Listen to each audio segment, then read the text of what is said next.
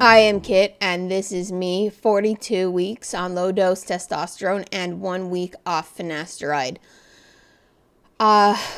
Changes. I haven't noticed any changes this week, either regarding T changes or finasteride changes.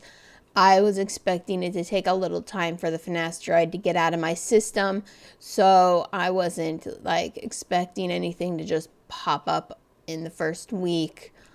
My facial hair, I haven't noticed anything. Body hair, balding, and bottom growth, none of those have seemed to have begun yet. My other T changes, my voice is going up. I'm just reminding myself it's done this before, and that doesn't mean it's not gonna go down again. After 2 months of being no change and then the change going up, I'm just like, okay, it's fine. It's all fine. The one thing I have done this week regarding my transition is the local trans group had a voice training class yesterday for making your voice sound more masculine or feminine if you don't have the hormones to help you with that, or if the hormones can't help you with that. So I get to practice that over, the next years or whatever, however long, if I want to. It's more complicated than I thought it was going to be. And on paper, it sounds like, okay, well, it's just these 1, 2, 3, 4 things you need to focus on. But when you're actually at that point where you have to focus on all 4 things at the same time, your brain's like, whoa, hang on a second. How do I do this? So it'll be interesting to see if I can pull that off, if that'll make any difference until my voice gets lower. And then it'll be good in case I stay on the T long term and my voice gets deeper than I anticipate, or deeper than I'm comfortable with on some days. Then I can practice on the other side. I can practice the feminization direction because the instructor, just taught the group. It's the same process, just a different projection area where you aim your voice for in your body. I don't particularly have anything else to add this week.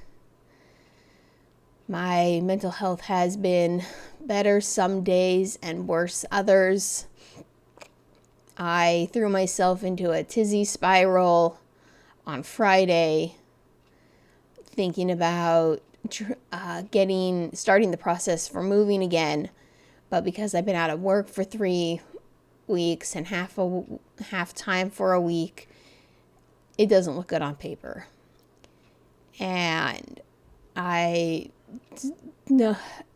shouldn't be doing it right now, because coming out of this bad mental health space, going right into another stressful thing, which is moving is always super stressful for me. I'm just piling on unnecessary stress when I need to figure out how to get into a stable headspace again. I'm struggling right now with restlessness. In the past, I have a history of being at one job for 1.5 years and living in one place for 3 years, and then making a big change and getting a different life situation, quitting my job, getting a new job, quitting my job, not having a job for several months, getting a new place, and I trying to fight against the mental patterns that are telling me, you're restless, it's time for a change, because I've hit both those milestones.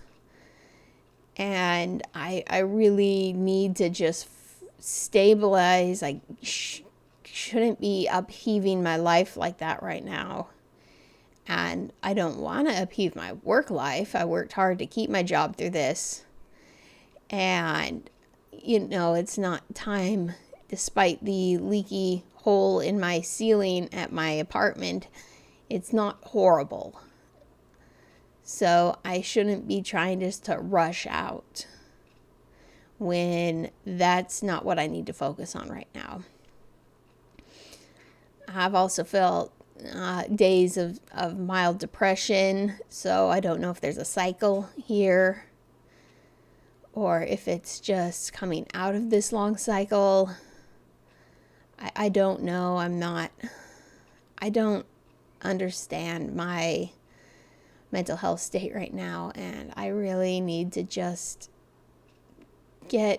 not make changes and stay in a stable place. And I need to continue to tell myself that, because it's hard to fight against old habits and old thought processes. So there's my ramble about that. I will keep you updated in the next when I see you next week.